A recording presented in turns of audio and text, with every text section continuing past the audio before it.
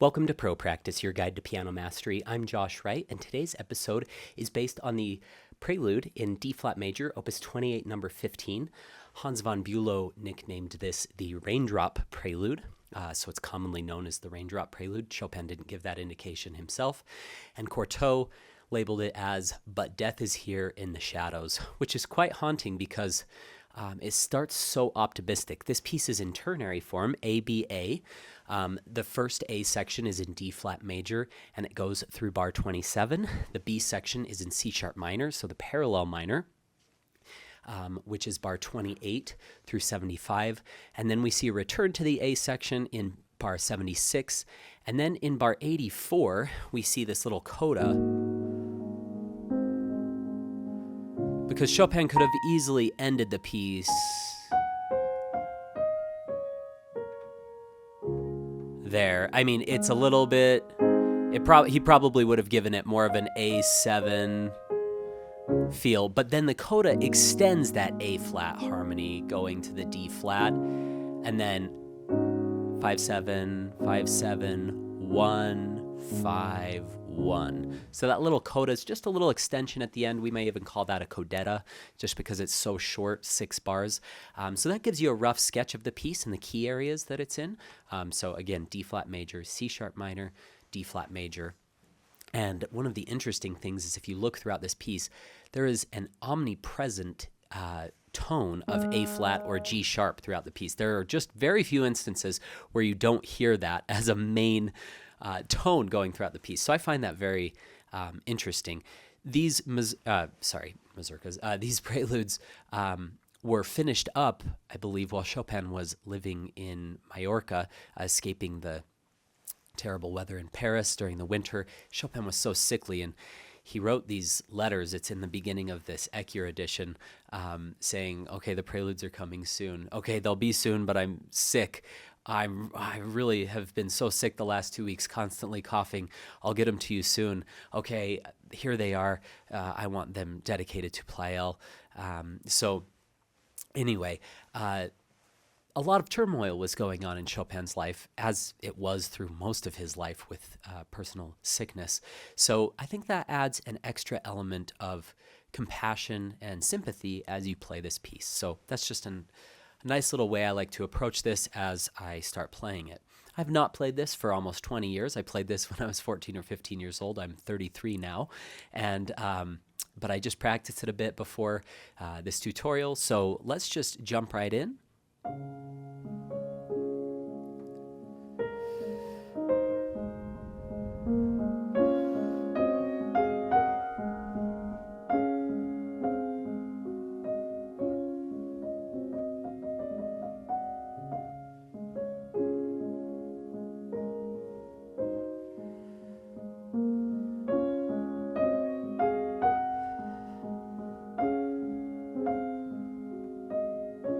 One of the first things that I would suggest that you develop is a very soft left hand. So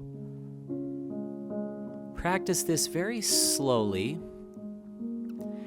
And a few thoughts to keep in mind is to be very intimate with the keyboard. Touch the keyboard as if you're touching the hand of someone you really love and care about. You know, you're not grabbing the keys. It's not like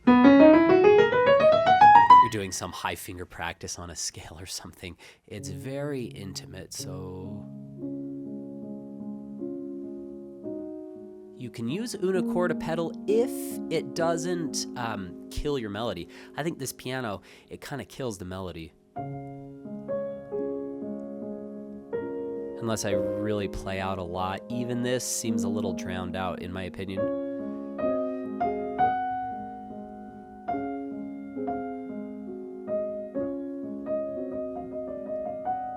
These are still fairly new hammers. They're only about a year old. I noticed that as hammers get older and you play more with the soft pedal, the soft pedal gets worked in.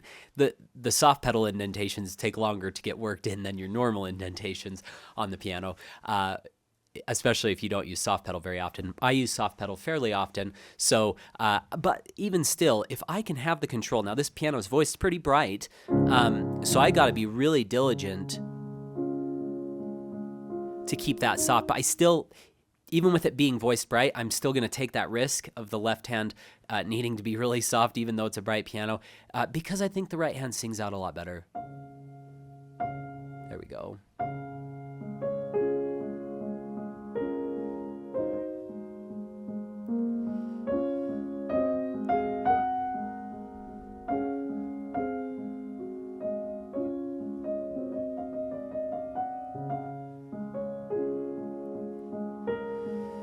So one thing that I would do with shape, the way people, I shouldn't say people because there's so many wonderful recordings, but a way a lot of my students and other students that I've heard play this, they shape this very vertically. So I like to think of play out enough, like mezzo forte there, come down to mezzo piano, and then continue down. Then this has a little more energy to go up, and then coming back down, little tail end, and then this time you can end there and then crescendo and go all the way. That way you can, the first time it diminuendos all the way to there, the second time it just diminuendos to here, and then you crescendo, and then you keep going. So that's a little way that you can already start to create a little bit of variety with your shape. Just a note about dividing these. You can divide these however you want. I really don't care. For instance, some people will go, they'll take 1-3 right there. I like to take the 2-1 in the left hand for the E flat, G flat. And then again, I'll take these two notes in the left, those two notes in the left, so 3-1, 3-1, and then right hand 5-1, 4-1, and then I'll take single notes in the right hand. Left hand is playing A flat, D flat.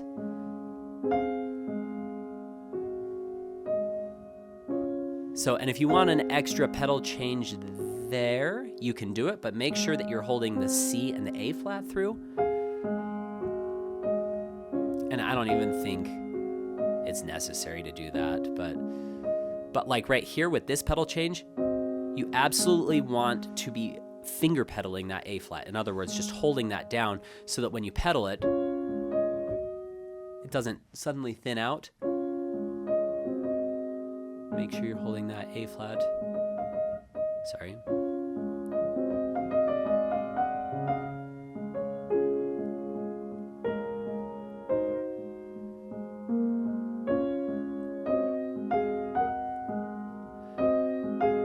I gotta make sure I don't hold the G flat through there. That's always a temptation. It's just the C and the A flat, and definitely do make an effort to hold those through on. Chopin's very specific about writing that, and it's because, again, if you change there and you don't have anything underneath it, it suddenly sounds so bare.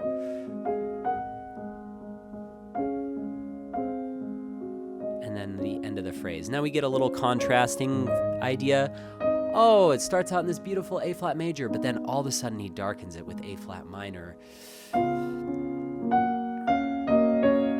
Feel free to come out a little bit more there.